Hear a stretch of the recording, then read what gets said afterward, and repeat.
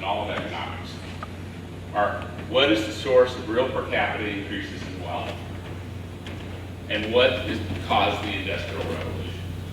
And the reason the Industrial Revolution is so important, it's the first time in history that people's income started to grow consistently. Before that, people lived on the edge of starvation or subsistence level, Malthusian trap, however you want to state it. Now, your immediate answer might be to point to Ed Hudgens and say, economic freedom. And you'd point to a chart like this, or capitalism. And as you can see on the vertical axis here is wealth or income, and here is freedom. The problem with this answer is that it's not what people do, it's just a system. The system by itself doesn't do something. People have to do something. And we're going to talk about what they do. It might surprise you that Rand did not define a school of economics or science of economics. She's very clear that Capitalism, the Unknown Ideal, is a series of essays on the moral aspects of capitalism. And Rand had a very tenuous relationship with the free market economists of her time. Some of her difficulties start with the very beginning of economics, one of which she complained about in Capitalism, the Unknown Ideal, is that economists attempt to study and devise a social system without any reference to man. And I think this is in part because of the very definition of economics, and the one that she analyzes in Capitalism, the Unknown Ideal, is very much similar to this one from Cliff Notes, which is economics is the study of how society allocates scarce resources and goods. And I think that's the one I was taught when I went to school. But if you think about that definition, it's inherently sort of a collectivist definition. And where did these scarce resources and goods come from? There have been some attempts to put man or people into the process, but if you look at the definition carefully, you still see it has sort of a collectivist bent. Friedrich Hayek won the Nobel Prize in economics, and he's best known for the book, The Road to Serfdom. And that book was published during World War II and was highly critical of centralized planning. And so you might say, well, it sounds like he and Rand would get along, but in fact, Rand was highly critical of Hayek. And if you look at Hayek carefully, his whole theory for why we need freedom is based on the limits of reason. Now, many Hayekians will tell you, no, all he's talking about is the limits of the knowledge of a centralized planner. But we know that that's not actually true, and the reason we know that's not true is he wrote a series of articles on his ideas, sort of an epistemological ideas on cultural evolution as the source of at least social knowledge.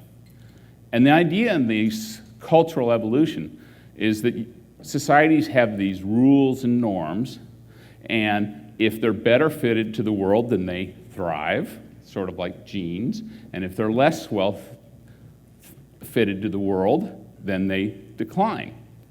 And he's very clear that you can't, as a person, stand outside of your society and use reason to find out why your society succeeds or whether it will succeed or why it will fail. And sort of as a corollary to this, he didn't think there was any universal ethics. He thought these rules and norms were sort of random events, sort of like genetic mutations. He didn't have any idea of property rights. He had sort of an idea of property conventions and so on. Ludwig von Mises is probably best known for his ideas on praxeology. But he was an Austrian, and he, like all the Austrians, said that values and prices in economics are subjective. And when they say subjective, they mean totally disconnected from reality. Again, if you talk to many Mises people, they will say, no, that's not what he means. What they mean is that each person decides for themselves. But we know that's not actually what they mean because A, they tell us that, but also because he's very clear. He doesn't think a scientific or an objective ethics is possible. And if you don't think you can find an objective set of values and ethics, you certainly don't think you can find an objective set of values in economics. He also disavows the whole idea of inalienable rights. By the way, Rand has a whole section in that first part, Capitalism, the Unknown Ideal, the very first essay, that talks about subjective versus intrinsic versus objective values. Now, she never names anybody specific, and this isn't just about economics when she's writing about it, but it applies.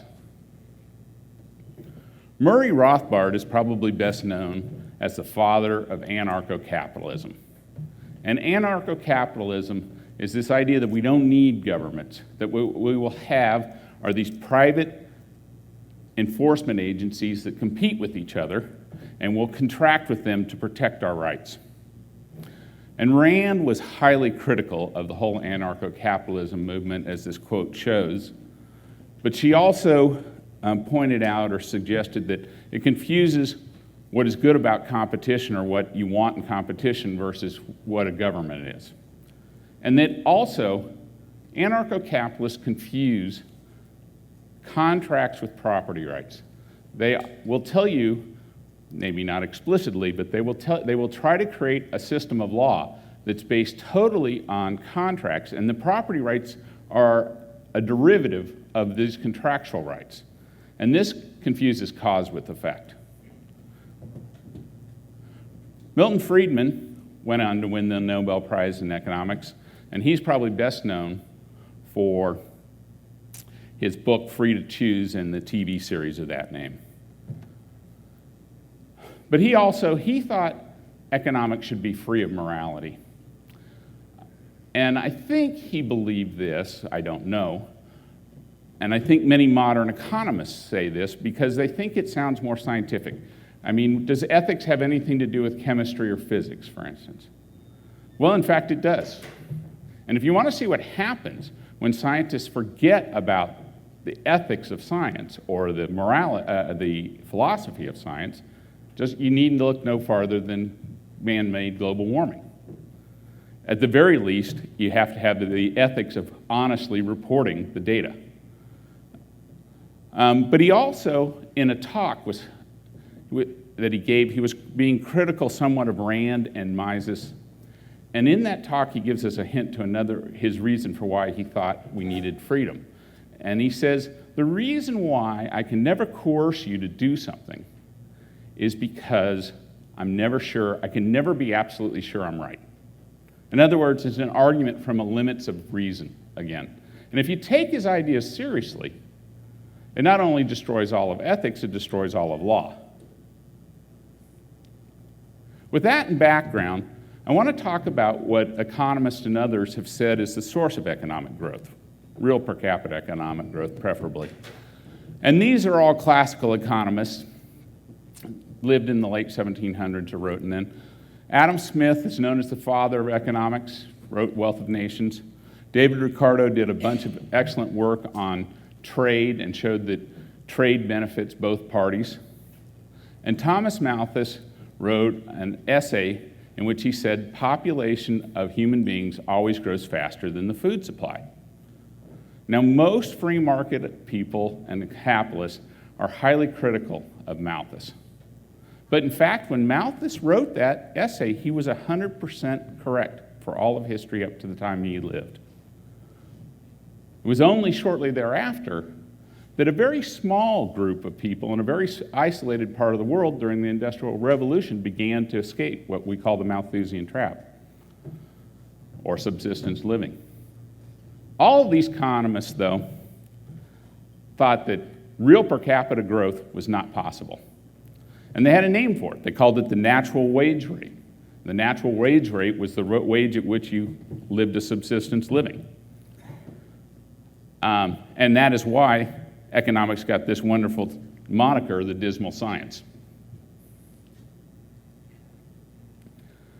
Now, some other economists on point. John Stuart Mill, in 1848, wrote his ideas down about a steady state model of economic growth.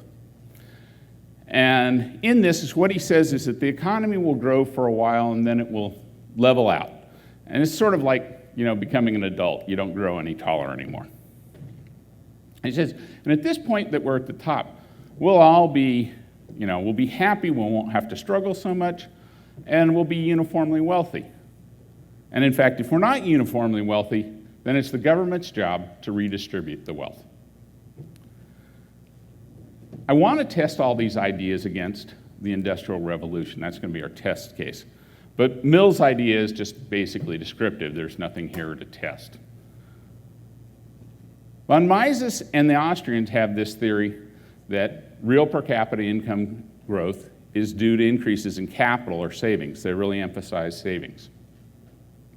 So if we apply that to our test case, what we'd have to say is around 1800, in the United States and the British Isles, people suddenly started saving more money. Saving money, whatever it is. Now, there's not any evidence for that, but it also is sort of contradictory. If you think about it, they're living at a subsistence level before this. How do you save at a subsistence level? That's sort of an oxymoron. Joseph Schumpeter is another economist that many free market people like. He had an idea of creative destruction. And the idea of creative destruction was that new firms would come into the market and they would have more efficient techniques, and old firms would either have to adapt or they'd go out of business. That was the destructive part of the creative destruction. So again, if we apply this idea to the Industrial Revolution, we'd have to say for some reason in the British Isles and the Americas, these new firms suddenly came into being, but they didn't come into being 100 years earlier or 1,000 years earlier. They didn't come into being in France or in China or Africa. It's not very useful description or answer as to why the Industrial Revolution occurred. John Maynard Keynes turned the whole economics profession on its head when he said, and he actually didn't have a theory of economic growth, he had a theory of how to smooth out the business cycle. But he said the problem was a lack of demand. And again, let's applying this to our test case, why is it that the demand in the United States and the British Isles suddenly took off at 1800 and not elsewhere? And by the way, when you're living at the edge of starvation, pretty sure you have plenty of demand. So it's not a very useful answer.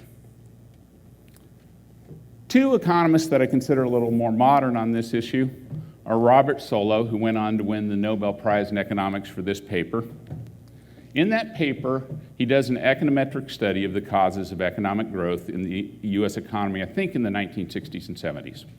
And he looks at the standard inputs that economists have often said are the inputs to the economy: land, labor, and capital. And what he found was that really none of those had much effect. What had the major effect was changes in technology. And when you adjust for per capita increases, he was looking at the total economy, it was all because of increases in technology. Now, he writes this very interesting paper, but then he says, by the way, technology is not something that economics can study. It's not something that we can study, it's not something that we can give any policy answers for. So what we have to treat it as some sort of background radiation in our models. So if we take that idea and apply it to the Industrial Revolution, the best you could say is it was a random radiation event. It was a random event that the Industrial Revolution occurred when and where it did. Paul Romer is sort of the head guy on new growth economics who believes that technology can be part of the study of economics and that we can prescribe policies to encourage more technology. And he calls these technologies, the increase in technologies, which are really inventions, but he calls them recipes, which I think is just confusing. He may do it because the law has done a very poor job of defining the word invention, but I think it's just confusing. And he has a backwards sort of way of getting into this. He starts with third world countries, and he says third world countries can grow, their economy can grow fast if all they do is copy the technologies of first world countries. So if you're a third world country with a backwards telephone system, You can just go out and buy a 4G cellular telephone system with a fiber optic backbone and install it. You don't have to go through analog lines with switchboard operators and then digital switches and then fiber optic cables and analog cell phones. You can just jump right over that, and so they can grow very fast. And he says, but they always have policies that discourage this in one area or another. And he gives the example of India. And in the case of India, India has a policy that they want a homegrown automobile industry. And so they have capital controls that make it hard to bring in new technologies, new automobiles. They have a bunch of regulatory rules that favor domestic production. And so according to him, in India, all these people are driving around with 1950-era cars. But for first world countries, we can't just copy stuff. So for the United States, Japan, Canada, he says, they've got to create new technologies. So what policies cause people to create new technologies? And he first looks at property rights for inventions or technology, that patents essentially. And he says, patents are great at encouraging people to create new technologies, but they're very poor at disseminating those technologies. And he says, well, what we can do is we can lower the value of the property right in the invention, and then the dissemination of these technologies will be much wider, but we will get less development of new technologies. And so he says, property rights are always a bad trade. That you either get good dissemination or you get encouraging of new technologies, but you don't get both. And part of the reason he doesn't think that patents or property rights encourage the dissemination of new technologies is something called pure and perfect competition. And we'll talk about that a little bit more in a second. So his answer, since it's not property rights, is that the government should spend more money with research labs and universities to create these new technologies, and then they should just give them away. Not surprisingly, he works for a university. But regardless of that, let's look again at the Industrial Revolution. This idea would have to say that the British Isles and the United States, the governments, for some reason around 1800, started spending lots of money on new technologies and then giving them away. Well, there's no evidence for that. In fact, that model fits France around that time much better than it fits the United States. So his model doesn't fit our test case. With that background, I want to start putting together a school or science of economics that I think is consistent with Ayn Rand's ideas. And I think we should start from the very beginning, where she complained about, which was the definition. And I propose the definition that economics is the study of how man obtains the things he needs to live. Now, this violates most people's definition because it's not a social definition. After all, economics is a social science. But I think actually there's no reason that it needs to be a social science. And what this shows is it applies to a person on a deserted island. It applies to Robinson Crusoe. And Robinson Crusoe, every day when he gets up, he has to decide, am I going to go fishing? Am I going to go hunting? Am I going to plant stuff? Am I going to dig a well? So he's making trades. And if he's not successful enough, then he doesn't gain enough calories and he dies. And so his currency, so to speak, or his accounting, are the calories he needs in order to live. And so this definition ties economics to reality, to biological reality of human beings, which is something that is not true of most definitions. And by the way, I want to say one thing. There's this attitude occasionally I hear, and they say, well, we work for a while and to get to a certain level of income, and that's tied to reality because that's tied to living. But then once we get above this certain level, then this is about flourishing, and somehow now economics is not tied to reality. But the economic evidence, the macroeconomic evidence doesn't support that. If you look at a chart of per capita income versus longevity. The higher your per capita income is, the longer you live. People work, no matter within very broad ranges. If you're still working and you're still doing economic activities, it's because it helps you live. Also, finally, I think this is helpful in understanding the source of economic growth. So what's the source of economic growth? Well, it's inventions, and this really should not be surprising to fans of Ayn Rand. Man's main survival tool is his ability to reason. But he can't just think about his problems, he's actually got to create something. And when he creates something to solve an objective problem, that's an invention. Now, you also do production, or really reproduction. You recreate the invention over and over to disseminate it. That gets you to some maybe optimum level, but if you want to continue to increase your standard of living, you've got to create new things that are more efficient and more effective. And Peter Thiel, who's was a founder of PayPal, early investor in Facebook, and a fan of Ayn Rand, and has just written a book called 0 to 1, makes a similar sort of point. And he also observes that the United States, at least according to him, since about the late 70s, has actually our rate of creating new inventions has slowed down significantly.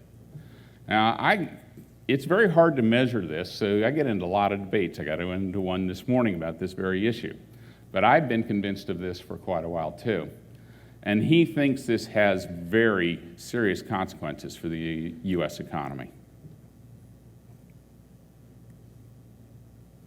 So what caused the Industrial Revolution? I mean, I've said it's inventions, and in that sense, Paul Romer and Robert Solow were sort of right, but that doesn't explain the Industrial Revolution. Why did it occur, when and where it occurred?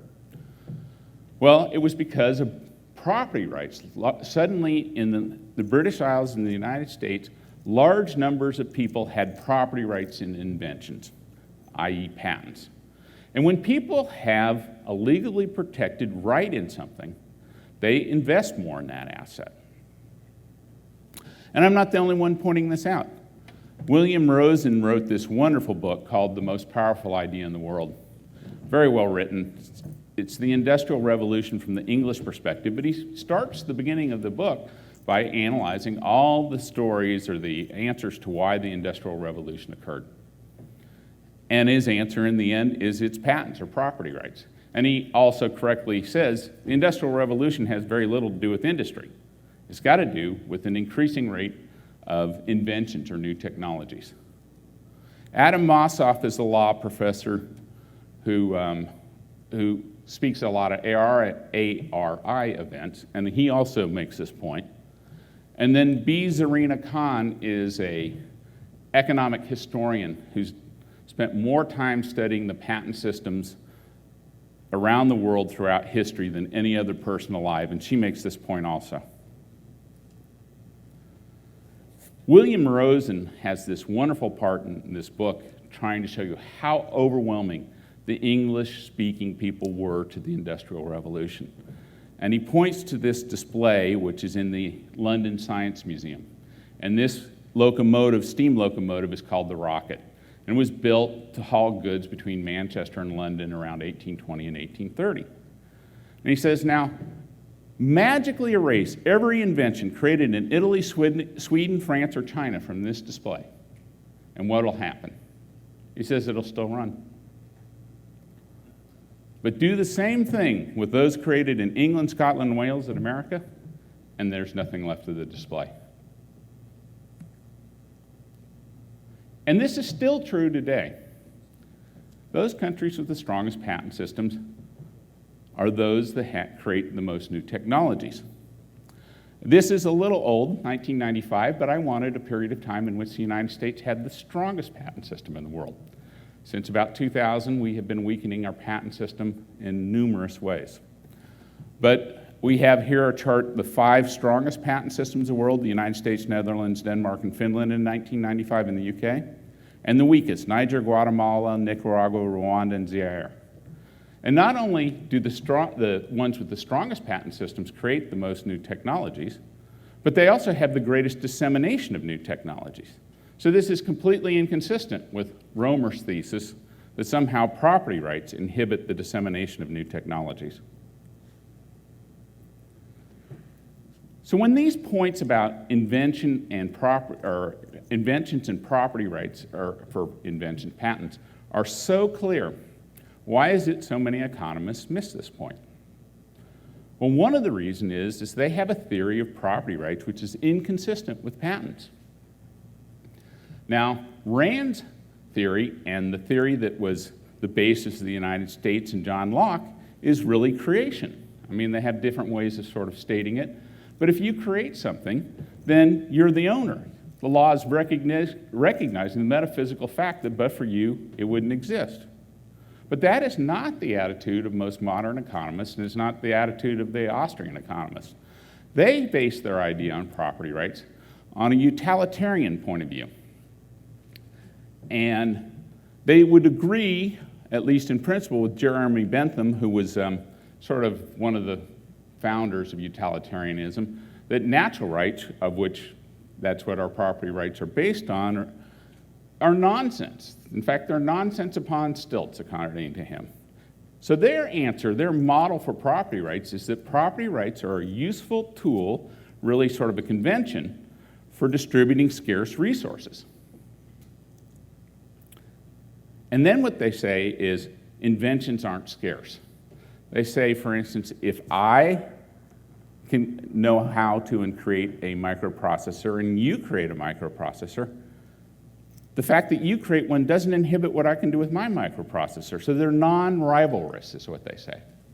But if you and I both own the same 5 acres of land, then if I plant more, you can plant less. And if I harvest more, you harvest less. So they're rivalrous. Another theory that is inconsistent with patents that many economists adhere to is this idea of perfect competition. And perfect competition is this idea that you have a large number of buyers and you have a large number of sellers, and they're all selling a homogeneous product. And because of this, no one buyer or seller has any effect on the market price. And some free market economists from the University of Chicago have gone so far as to suggest the very definition of capitalism is perfect competition. So we're going to again apply this to our test case. But in this case, we'll make it a little more interesting. I'll just talk about it in general. We'll talk about Thomas Newcomen. Thomas Newcomen is the person who created the first practical steam engine. And the first practical steam engine was used to pump water out of coal mines.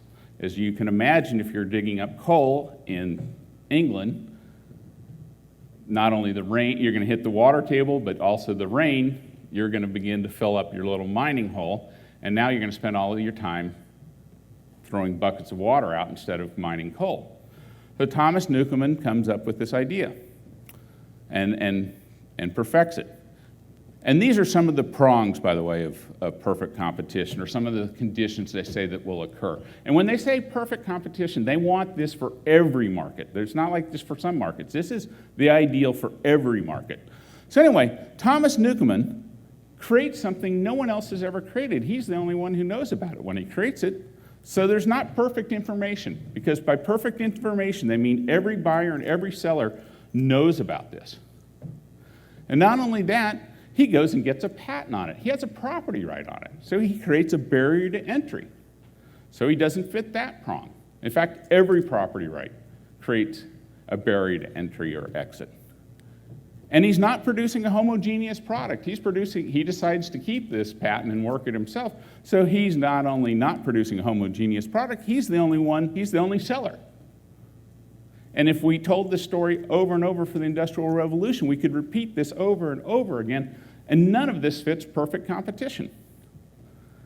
My idea of perfect competition, if you want to visualize it, is this picture right here. And I see that picture as a bunch of rice farmers in China during the Cultural Revolution. I don't know if that's really true. They're all wearing the same clothes, using the same technology, not allowed to do anything different, and they're all producing the same rice. You know what that's a recipe for? That's a recipe for economic disaster and starvation. Perfect competition is a theory of altruism and or slavery masquerading as a scientific theory. Good news is there are at least some serious thinkers, not just marketing people, who have thought about invention in a systematic way. Not very many. One of them is this Abbott Usher. He wrote this book, The History of Mechanical Inventions, where he catalogs all this mechanical inventions. And he has a theory of how the process of inventing works. I think it's pretty good, but I don't think it's quite right. Jacob Schmookler wrote this incredible book, out of print, by the way, called Inventions and Economic Growth. And in it, it's a collection of econometric studies of various aspects and thoughts about inventions. And one of the ones that I find very interesting is he takes on the idea that inventions are a natural outgrowth of new technologies, new science. So some new area of science is discovered, then these inventions just flow automatically. And what he found is that's not the case at all. Where inventors spend their time is they spend their time where the biggest market is. And why do they spend their time there? Because that's where the biggest possible return is. So that shows that invention is an economic process. People are expecting economic returns and they're doing it for economic reasons. It's very much part of the economic process. The other thing that's interesting is often invention precedes science. One of the classic examples from the Industrial Revolution is the steam engine itself. It was invented long before the science of thermodynamics was ever developed. William Arthur wrote this book, and in it he has a very interesting point. He says, technology is hierarchical. So if I'm going to build a steam engine, I have to first, the wheel has to be invented, and the cog has to be invented, and steel has to be invented.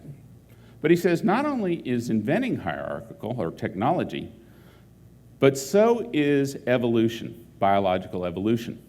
You can't create certain higher organisms until lower organisms are created. And so he makes this point sort of passingly that inventing in many ways is just a continuation of biological evolution by another means, sort of like the transition from vacuum tubes to transistors. And he's not the only one who makes that point. Ray Kurzweil, who wrote the book Singularity, makes that point even stronger. And I make this point in my book that this talk is based on, The Source of Economic Growth. In my studies of inventing, I've come up with 6 natural laws. By the way, economists nowadays hate the word natural law. That's why I'm using it. All inventions, the conservation, all inventions are a combination of existing or known elements. We know this is true because of conservation of matter and energy. You can't create something from nothing. However, when you argue with the people who are against patents or against the idea that there are inventors, they will set up this standard. They'll say, well, he didn't create something from nothing. Well, yeah, you can't create something from nothing. The causality law of invention. Invention precedes production, and production precedes consumption.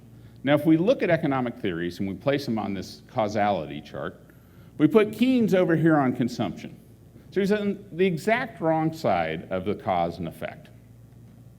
Most economics focuses on production.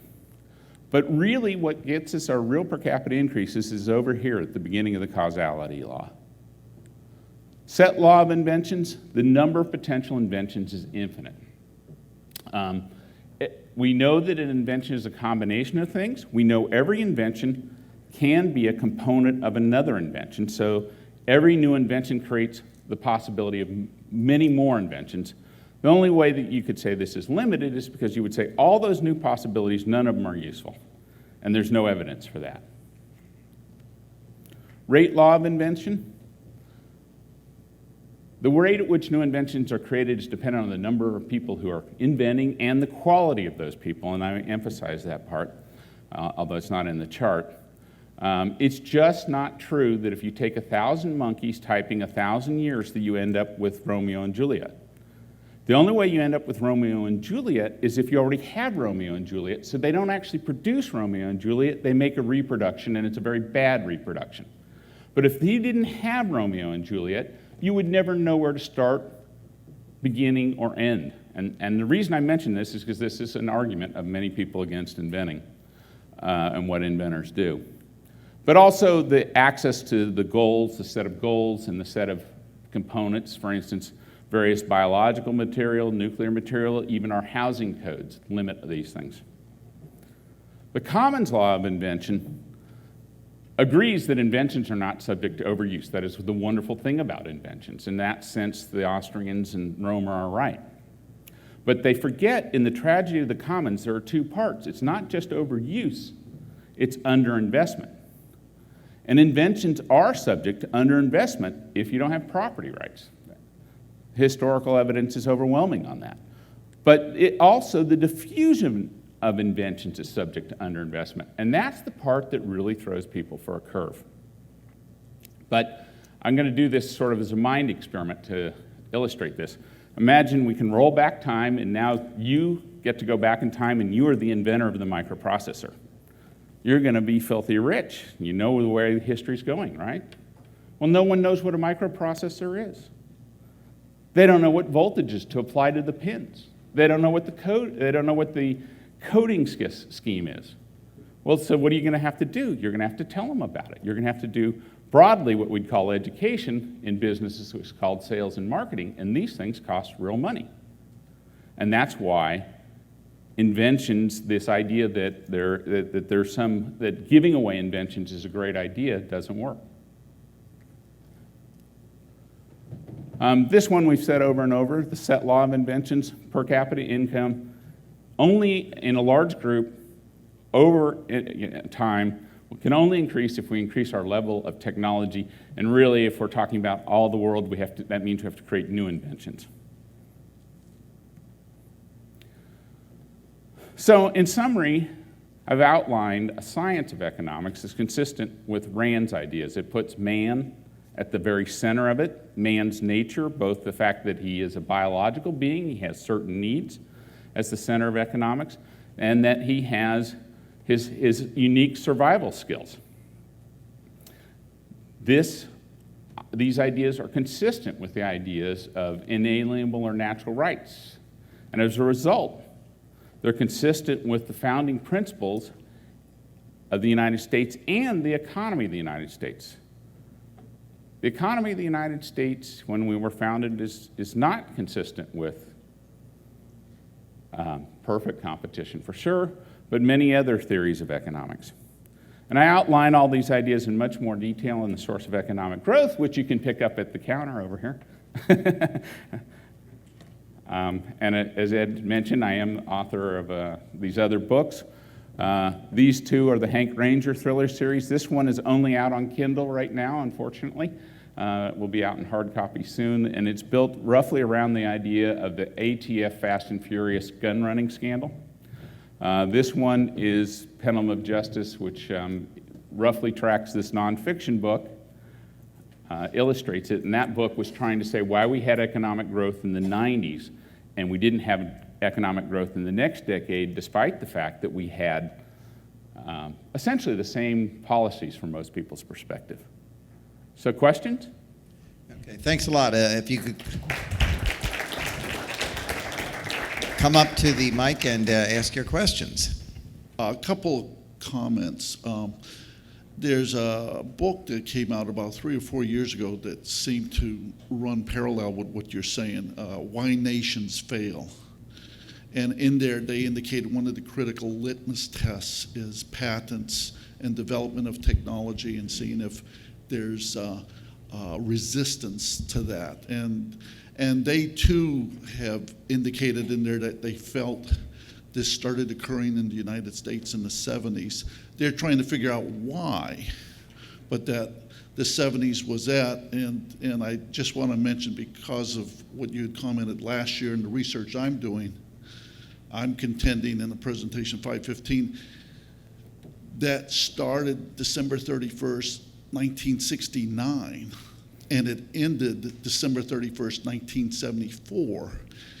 And the presentation is what was the specific technology and why it occurred. So one of those scenarios, I'd love to have people challenge me if what I present is wacko or not. But the technology that was denied had the acronym GALT. So it's one of those things, but what you're saying so reinforces what the research has been showing in the last couple of years I've been working on. Is Excellent. the question was, why was this technology denied in the 60s and 70s? And I've counted up that it's cost America about $20 trillion already. So Wow. Thanks for your presentation. Yeah, thank you. I am not familiar with that book, but I have heard of it, but I haven't checked it out, so I will check it out. Thank you. Hi. So you touched on the economic impacts of this, okay, so you did that. What about the political side? What about how long should patents be held by certain individuals or by corporations? Yeah, so that's that's a long-running question, and I will give you two quick answers because I could spend forever on that. One short answer is the United States played with a number of different lengths of patents, as have a number of other countries. We are now 20 years from the date of filing. We were 17 years from the date of issuance. I actually feel that 17 years from the date of issuance was more fair. I think that if you look at it, that seems to be okay. I'm not completely happy with it. I think if you go to a theoretical basis, you would come up with a different answer. One of the confusions in libertarians is that they say land property rights go on forever. That's not true. Dead people can't own things. So your property rights end when you die. So the question is, are they inheritable? And how long are they inheritable? And there's reasons Rand talks about why land is inheritable and why it makes sense in that case that if it's inherited, they sort of reacquire the property rights. They don't actually just get them because they were handed to them. I don't think there's ever been a case, there's no proof to me that there's ever been a case where property rights for inventions have actually slowed down an economy. So I would advocate stronger patent rights, and I would probably advocate about half a person's lifetime, or about 35 years. But I don't think it's the most pressing issue. Thank you. I'm glad you brought Peter Thiel up. So you talked about perfect competition and kind of how some economists promote that theory. And in his book 0 to 1, he takes it a step further and says capitalism and competition are opposites, and that monopolies are the ideal economic form for the innovator and thus for society. And certainly monopolies are enabled by a stronger protection of property via patents. So I was wondering how far you would go in accordance with that theory. Do you agree with it, or to what extent? So Peter Thiel's book is wonderful, and someone told me to read it who was a beta test reader for my book, and very happy I picked it up. And I think he's saying many of the same things I'm saying, except he's saying it from an entrepreneur's perspective, and I'm saying it from a general economic perspective. I don't like the use of the word monopoly. If you look, part of the distortion of the word monopoly is perfect competition. And some economics and legal writers have been honest enough to admit that if you take their definition of monopoly power seriously, every property right gives you monopoly power. And in that sense, that every property right could be considered a monopoly. The historical meaning of monopoly, at least as far as I know, is from the Statute of Monopolies. And the Statute of Monopolies limited the Crown's power to hand out decrees that only one person could produce something or sell something. And in that sense, the Statute of Monopolies strengthened property rights. Modern antitrust law turns the whole thing on its head, and it weakens property rights and it strengthens the government. So I wish you would not use that word. I don't know if that exactly answered the question, but I think the word monopoly, yes, I think we don't, where do we have more competition? We have more competition in India on a per capita basis than we do in Singapore. Which one's wealthier? We want everyone producing unique, high-value things. We don't want competition for competition's sake. I think that, as I understood it, von Mises says that increases in per capita income depend upon investment per capita, investment per worker. In other words, income per capita increases because there is more investment in the means of production, and particularly technology, but other means as well. So I don't think he was basically saying savings. I think he meant the amount that is actually invested per worker, and because the amount invested increases the worker's productivity. Another thing I was going to say, I think even in fairness to Keynes, and I don't know why he deserves it, you said he thought that, lack of demand, and there was no lack of demand when people are starving. I think in fairness, economic demand is not need. Economic demand is people who are able to purchase something. It's not just need. I think economic demand has been recognized as effective need, so to speak. But let me ask my question now. I just don't see your definition of economics as the study of how man meets his needs. He meets his needs through ethics, through defining, what he should pursue in life and how to pursue it, through science, by discovering knowledge and all the rest of it, and by educating himself. It seems to me that's much, much too broad.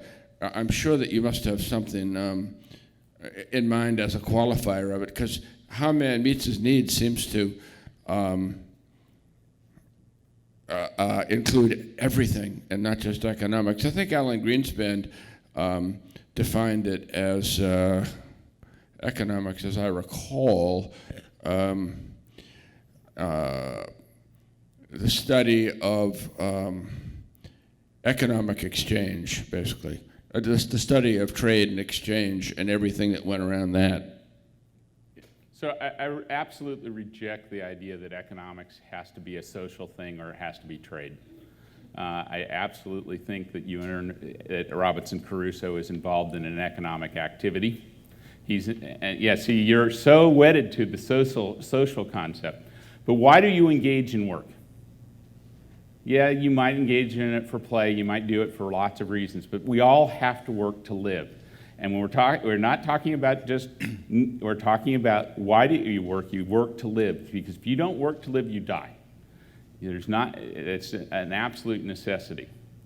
And if you don't tie economics to this biological reality, much like Rand tied ethics to biological reality, then you end up with economics being a game. And it's a game that people play, but they never explain why they play it. Before getting to my question, I just wanted to comment on the last question. I would say with Crusoe, it's not social, but it's definitely an issue of how does he deploy the limited resources of the materials available, his time, his physical strength, in order to achieve the values he needs. I think that would be a narrower and maybe closer to a proper definition of the economic aspect of his life. It's not about the ethics. I don't have any problems with that. Yeah, it's deployment of scarce resource, but for production, not just for I'm not in love with the word scarce resources for a variety of reasons, but I know what you're saying, and I'm not against it. Okay, my question, though, is about the proper criteria to think about in terms of term of a patent. There are many areas where if I invent something, whether or not I invent something, someone else may invent it X time later, and that X is going to differ for different industries. A particular example, which I'm interested in your comments on, is with computerization, a huge number of business processes that really could have been done before and didn't involve a lot of creativity now became patentable, perhaps improperly. But even in other areas, let's say I get a patent on something, and had I not done it, 5 years later, someone else would have. I would think that should affect what should the proper term be. Well, okay, let's start with the first thing. We can go back to our chart in 1995. None of those 5 countries, if those are the 5 countries that existed, these things aren't inevitable. These things are inevitable in a system that has property rights. There's absolutely no evidence for this point of view. The other thing that's true is that this is a zero-sum sort of thinking about inventions. What people often want to say is, oh, this poor guy, he came up with it all by himself, or he came up with it simultaneously. It's not, there are lots of inventions. As I said, there's an unlimited number of inventions. They're not out anything. They weren't there. They weren't the inventor. The inventor is the first person. It's not the second person. And then, so I reject the first part, that there's no such thing as inevitability. There's no such thing. Is it possible that someone will independently invent stuff? It could be. We had a whole system for near simultaneously inventing. And we just passed a law in the last 5 years, in 2013, as a matter of fact. And one of the arguments for getting rid of it was because we don't have near simultaneously inventions almost ever. Most of the cases decide, yeah, we have historical records. This is based on hard evidence. This isn't people spouting off on the internet. You can go look it up. They were called interferences, and this is why we got rid of it. And we got rid of that whole process. So this whole thing is a canard, that there's this big thing that there's these simultaneous inventions, or that inventions are inevitable. There's no historical evidence for it. Yeah, I don't. I've been misunderstood if I was claiming either that it's a zero-sum game or that an invention is inevitable. But I'm an inventor, among other things. I know of many cases where I come up with an idea, I look at it, I find that someone else has just patented it, and in many cases I can come up with a slight improvement over it. The question, but I can't, even if I patent that improvement, no one can use my invention unless they also get rights to that person's previous invention, which is still in force. Right? If it's in force for 35 years, that's going to have different economic consequences for growth than if it's in effect for 20 years. No, actually it isn't. There's, again, no macroeconomic evidence for that. And we have overlapping rights in property law all over. What happens, though, if we had a system that, for instance, was the last inventor that got all the rights, or the first one, what happens is then everyone along the line doesn't get credit. Right. I'm not arguing for that extreme either. I'm saying there's a middle ground where the right to an invention should not go for an unlimited period of time. I don't see why it should be half a lifetime. No, I don't see why it should be half a lifetime rather than 20 years. It would stop a great deal of invention. There's no evidence for that. Sorry. I mean, if you provide me some real evidence, macroeconomic evidence, I'll listen. But there isn't. I can pass for now. I know where to find them. On the importance of patents, I think your argument is very strong, but there's a weighting question about whether patents are a necessary condition or a sufficient condition, and how many other conditions need to be in place. And if the historical question is about the Industrial Revolution, the question about the uniqueness of England by the time the Industrial Revolution came along. So, for example, if we notice that England started enclosing property in the 1500s, and that accelerated in the 1600s, that what you had already by the time you get into the 1600s was an enormously inventive agricultural sector. As far as I understand, there was not a very robust patent system in place, or at most a rudimentary one. But then by the time you do get to the 1700s, then you have a very technologically sophisticated culture, and they're very well fed, and they're very individualistic in their religion and so on. And all of these other factors then coalesce to make possible the Industrial Revolution.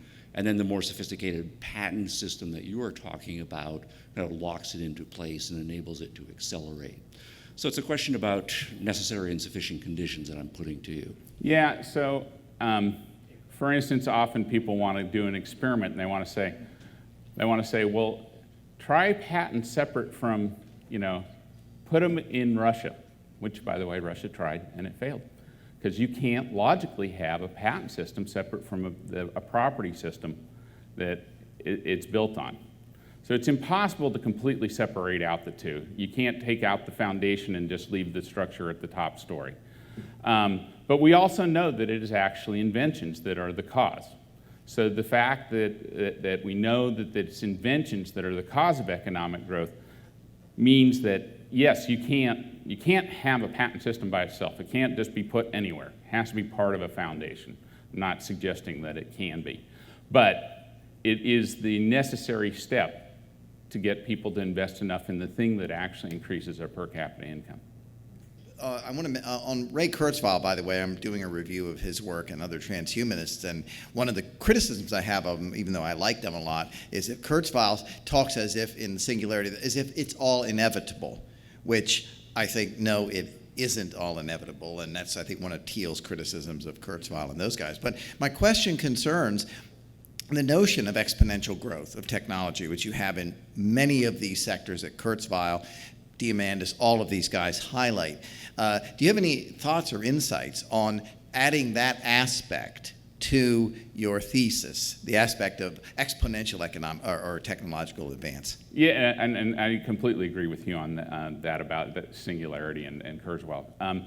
So that's an interesting point. He does, and that's part of his almost his inevitable argument. But he will admit, for instance, you can plot the speed from the Industrial Revolution of machines, and then all of a sudden in the 1970s, with a couple minor exceptions, that it flatlines. Jacob Schmookler does look at this, sort of, and I look at this more in the book. Are there diminishing returns to inventions is the best way I could say it. And what he finds, and this is sort of true of the other guy, William Arthur, what he finds is there are diminishing returns if the technology is sort of closed, so to speak. And that's not really quite the right word. And then eventually, it actually, the way I think Kurzweil or someone else says it, it's an S-curve. Yeah. It starts slow, it grows fast, and then it sort of flatlines, right? Mm-hmm. And the returns on inventing in that area go down. And usually the answer is a cross-pollination from another area of technology. Yeah. And I think it fits. And I mean, I don't think it's been studied enough, but another person to look at would be Jacob Schmookler. I mean, he did spend quite a bit of time looking at that issue. Okay. All right. Thanks a lot. This has been a great talk and good show.